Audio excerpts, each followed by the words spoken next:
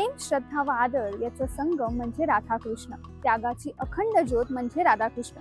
नमस्कार, मी चैताली, माय महानगर मानिनी एक्सप्लोरच्या या नव्या एपिसोडमध्ये तुम्हा सर्वांचं स्वागत आहे। आज आम्ही आलोय ठाण्यातील भव्य अशा इस्कॉन टेम्पलमध्ये। या मंदिराचं वैशिष्ट्य काय आहे, या मंदिराचं बांधकाम कसं आहे, याची संपूर्ण माहिती आजच्या या व्हिडिओमधून मी तुम्हाला सांगणार आहे। चला तर मग स्टार्ट करूया या इस्कॉन टेम्पलची सफर।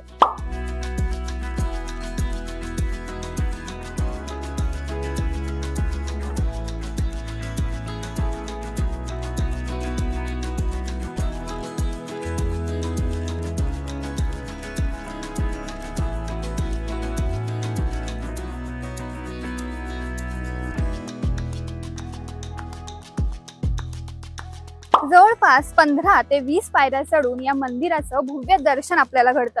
एंट्रीच्या वेळेला तिथे सुंदर असे मंदिर हत्ती सुद्धा आपल्याला दिसतात। मंदिराचे खांब आहे ते भले मोठे आहेत। येथील नक्षीकाम सुद्धा अगदी बारीक कोरीव काम केलेलं आहे। तुम्ही इथे पाहू शकता की किती बारीक आणि नक्षीकाम करण्यात आलंय।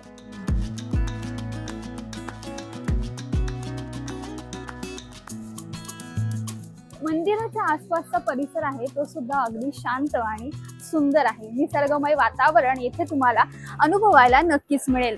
रिस्पांस बहुत ही ज़्यादा अच्छा है, क्योंकि पहले जब मंदिर बना तो हम लोग सोच रहे थे कि लगभग 500 लोग के आसपास आएंगे वीकडेज में, और वीकेंड में जैसे फ्राइडे सैटरडे संडे हमारी अपेक्षा थी कि 1000-1200 लोग आएंगे। लेकिन इनॉग्रेशन के बाद के दिन से एवरेज हर दिन लगभग 7,500-8 हज़ार लोग वीकडेज में आते हैं, और वीकेंड में 25,000-26,000 लोग आ रहे हैं। तो हमारी अपेक्षा इतनी थी नहीं, लगभग 1 लाख पर वीक का फुटफॉल है। आरती भजन का कुछ ऐसा टाइम है या हाँ, डे है? भजन आरती तो रोज ही होती है। सुबह 4:30 बजे से मंदिर खुलता है और रात के 9 बजे तक चलता है। केवल दोपहर के 1 से 4 के बीच में भगवान आराम करते हैं, नहीं तो बाकी पूरा समय खुला रहता है। तो सुबह से आरती, पूजा अर्चना, भजन कीर्तन ये सब चलते रहता है। इसके अलावा हर दिन सुबह 8 से 9 बजे भागवत पुराण का अध्ययन होता है। सुबह क्लासेस होती है हिंदी में, जो भी आके सुनना चाहता है वो सुन सकता है। रविवार को सत्संग होता है। ऐसे बहुत सारी चीज़ें हैं।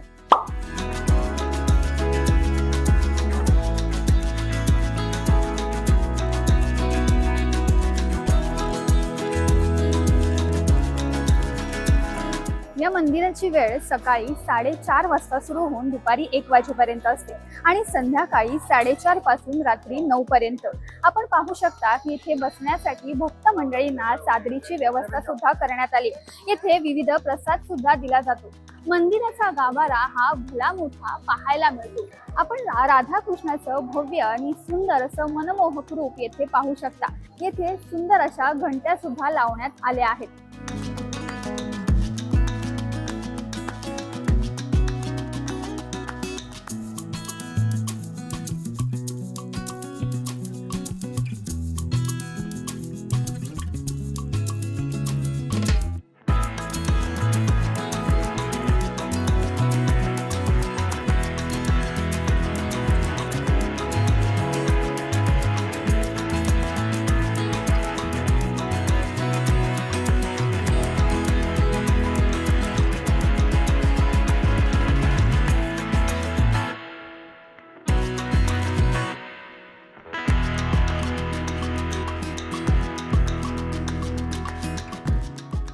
आपण इथे पाहू शकता या मंदिराची जी फरशी आहे अर्थात लादी आहे ती संगमरवराची आहे।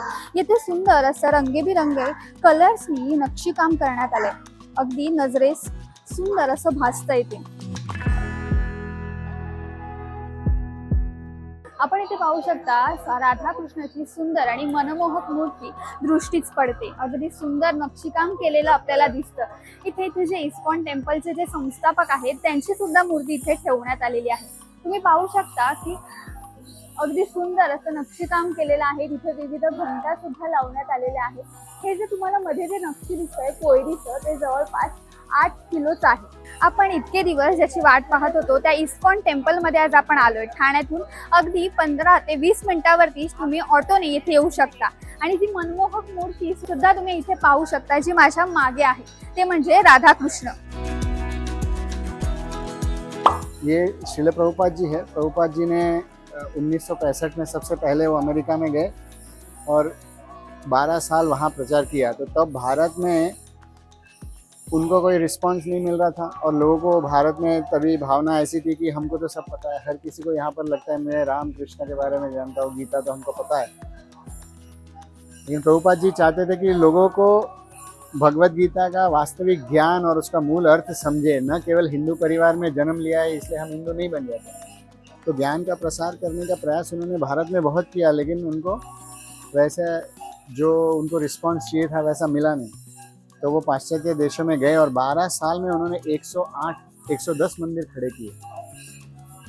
ऑस्ट्रेलिया, अमेरिका, पूरा का पूरा कॉन्टिनेंट, यूरोप कॉन्टिनेंट के सभी मेजर शहरों में श्रील प्रभुपाद द्वारा स्थापित उन्होंने इस्कॉन के मंदिर बनाए, प्लस रथ यात्रा हर जगह हुई। तो लगभग आज हमारे 600-700 रथ यात्राएँ होती है वर्ल्ड वाइड। एंड जो उन्होंने किया वो 12 साल की उम्र, 12 साल में ही इतना सब प्रचार किया। आता नुकतंच आपण राधाकृष्णाची सुंदर अशी मनमोहक मूर्ती पाहिली। आता पाहूयात या मंदिराचा आसपासचा परिसर कसा आहे। या मंदिराच्या आवारातच तुम्हाला इथे समया ठेवलेल्या दिसतात। अगदी 5 समया ठेवलेल्या आहेत आणि लहानांपासून मोठ्यांपर्यंत असा तिचा आकार आपल्याला दिसतोय। पुढे थोडंसं गेल्यावरती आपल्याला इथे गॅलरी सुद्धा दिसतेय। इथे तुम्ही फोटो सुद्धा काढू शकता। पण तुम्हाला एक गोष्ट लक्षात घ्यायची ती म्हणजे राधाकृष्णाच्या मूर्तीसोबत इथे तुम्हाला फोटो काढता येणार नाहीये। इथला आसपासचा परिसर जर आपण पाहिला तर इथे सुंदर अशी झाडं लावण्यात आलेली आहेत। त्यामुळे अगदी सकाळी उन्हाच्या तडाख्यात जरी तुम्ही इथे आलात तरी तुम्हाला इथला गारवा अनुभवायला नक्कीच मिळेल।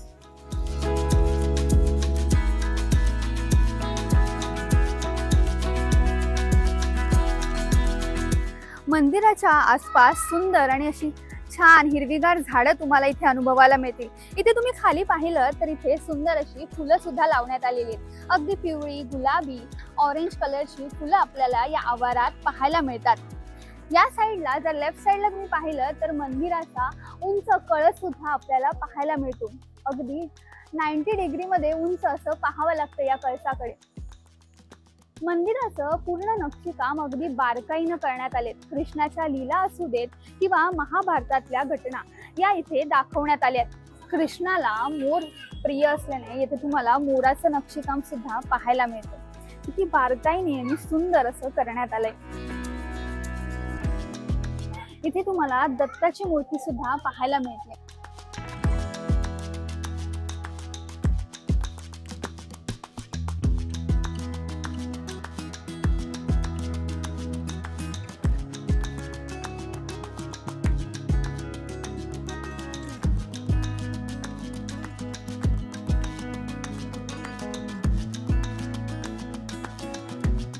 मंदिराची गॅलरी तर आपण पाहिली। आता पाहूयात संपूर्ण मंदिराचा आवार कसा आहे। इथे आपल्याला विविध देवदेवतांच्या मूर्ती कोरलेल्या दिसतायत। अगदी महाभारत असू देत किंवा कृष्णलीला सुद्धा इथे पाहायला मिळतात।